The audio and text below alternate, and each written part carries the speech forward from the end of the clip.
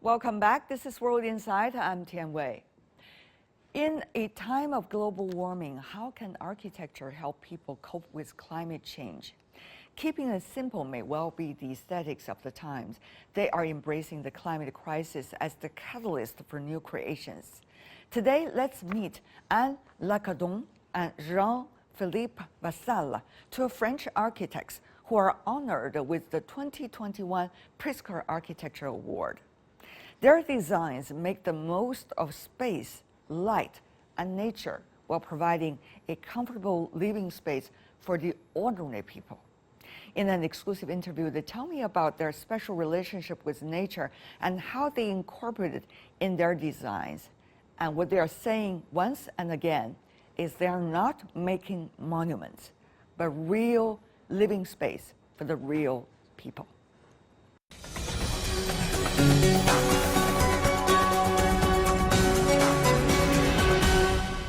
Anna Lacaton and Jean-Philippe Vassal, thank you so much for joining us, and congratulations from this part of the world. Thank you. Thank you very much. You sound very calm for being the winner of such a grand architecture award. I guess that's your style. And in that sense, let me ask you the first question. You know, all of the changes we have in our world today, the pandemic, the geopolitics, the social disruption, what do you think all of these are having on the real thinking of architecture that you have these days? We are more and more sure that we have to analyze the situations more and more precisely, more and more locally, and with a great attention to the specific situations, particular situations, and to try to avoid a standard answer, but to be very, very precise and delicate, and sensible and poetic. Yes, this period reminds us also the importance as well as the fragility of the humans.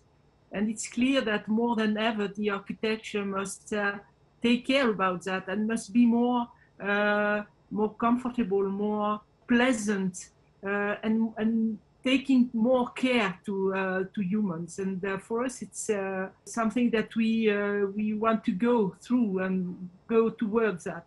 We believe that architecture is an art, and as an art, it has precisely to avoid all standard answers, all already determined answers. But each time there is a new ideas to develop precisely in function of the situations. And therefore, at this moment, how would you reflect back upon decades of, quite lavish building styles, huge consumption of power, building materials, signature architectures in every city, every country, every county, and probably every town as well. How do you look at those decades? It makes even more obvious the necessity of a big change. Mm-hmm. But in the other hand, this is a very hard complexity because everything is organized around the system. So, and now we probably are just at the beginning of this process of change. I like it when you say it, but how to break it down after building it brick by brick for decades.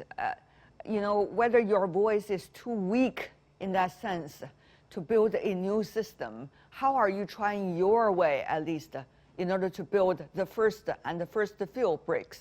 I have the feeling that architecture is an art that seems too much related to the old approach.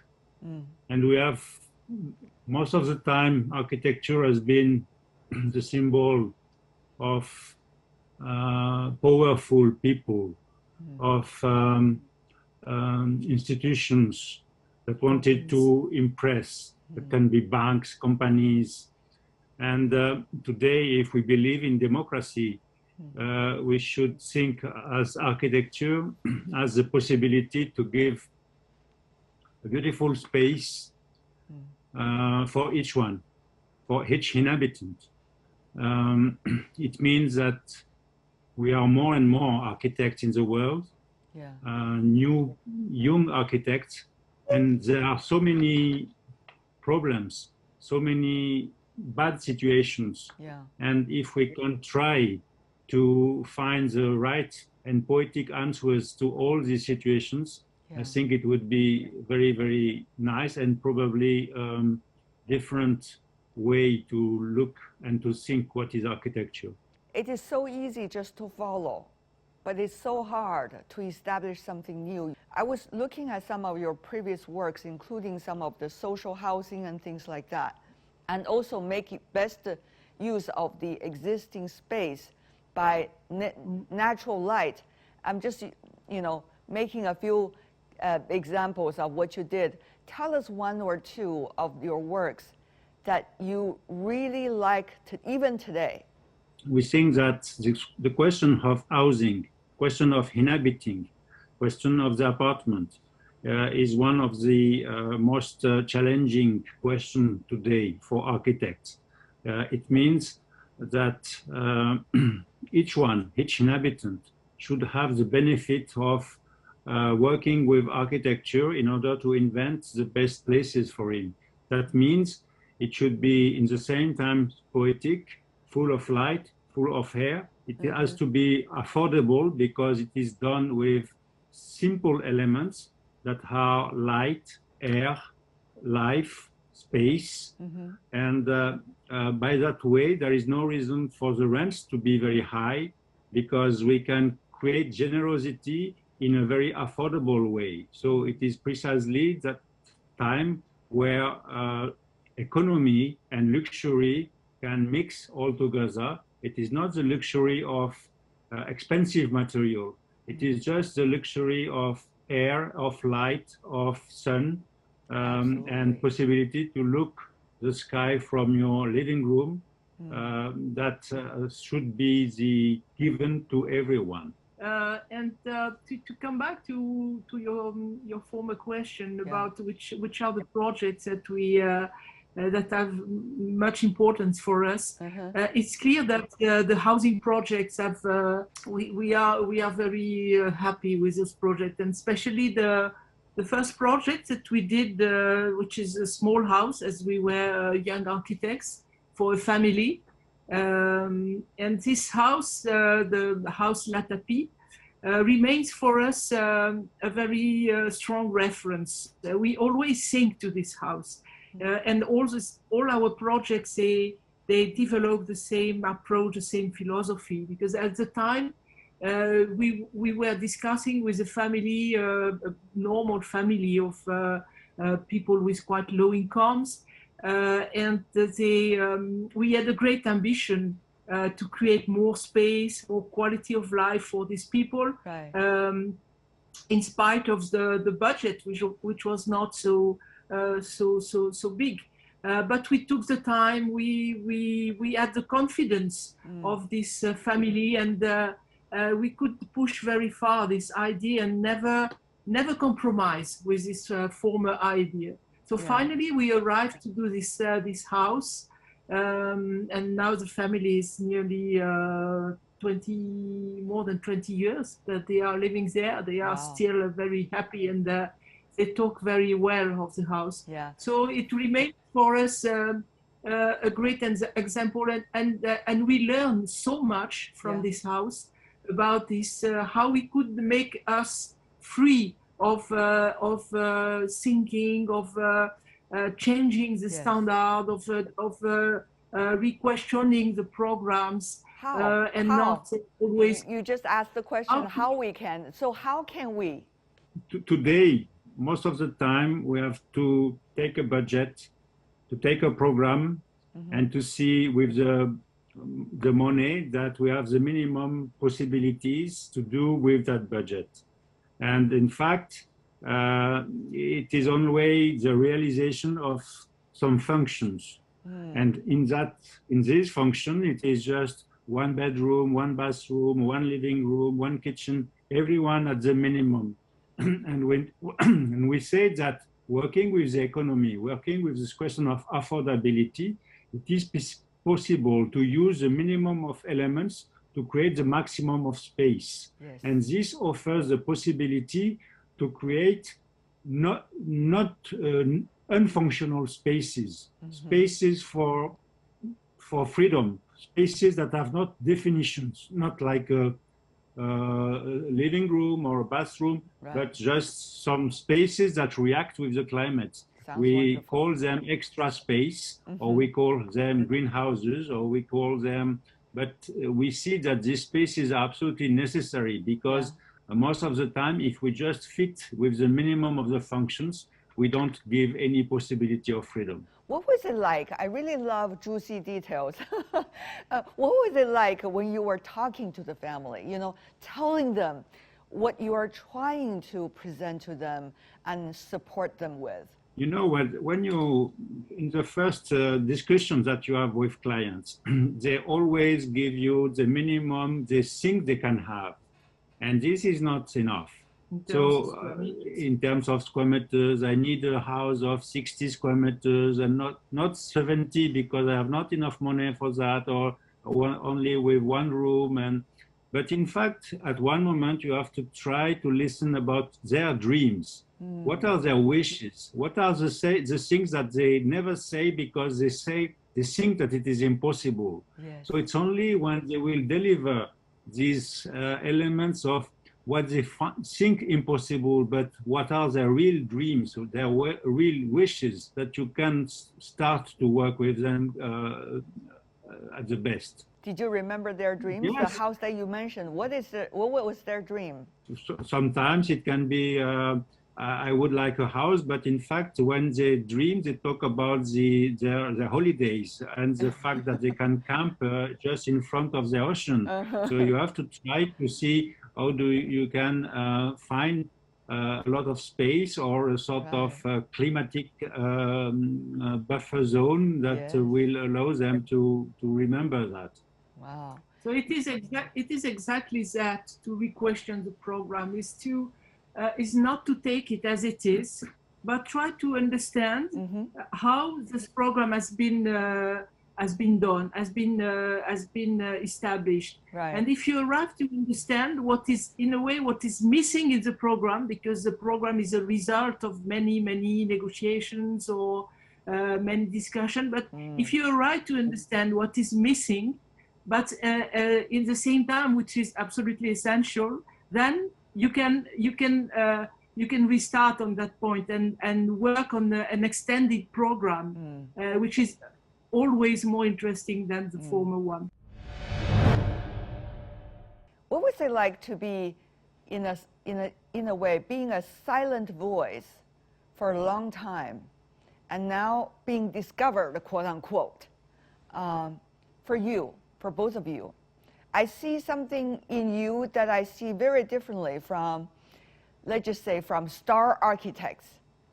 You are very grounded, and you're very determined. I would say that Anne and me, we are also professors. And we believe in architecture, and we believe in architects, and we believe in the young architects. we are teaching to them. Yes. And we know also that nobody asks them enough, because most of the time the architects, on the young architects, they are waiting that somebody asks them to do that extremely precisely, after a master plan, after a program, after definition.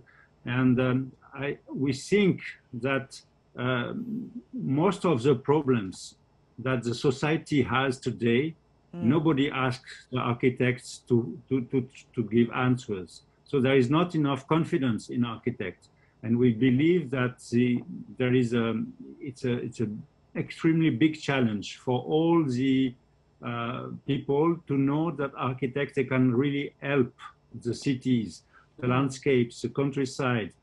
I would say that architects should become a bit like doctors of the problems of the city. Yeah. And actually, it is not enough the case. It's not enough the case. Most of the time, you see that instead of trying to solve precisely the problems, there are big decisions like demolitions or tabula rasa, and we don't like that. We really like to live with the precision of the proximity, taking care of each tree, taking care of each building, trying to transform, never demolish. And this is for us extremely important. This delicacy is extremely important when we think today that urbanism and architecture has too much violence. Our voice is, in fact, is very well known in the schools, because we are invited in many places to talk about what we are doing, to have discussion with students, to give lectures, and so on.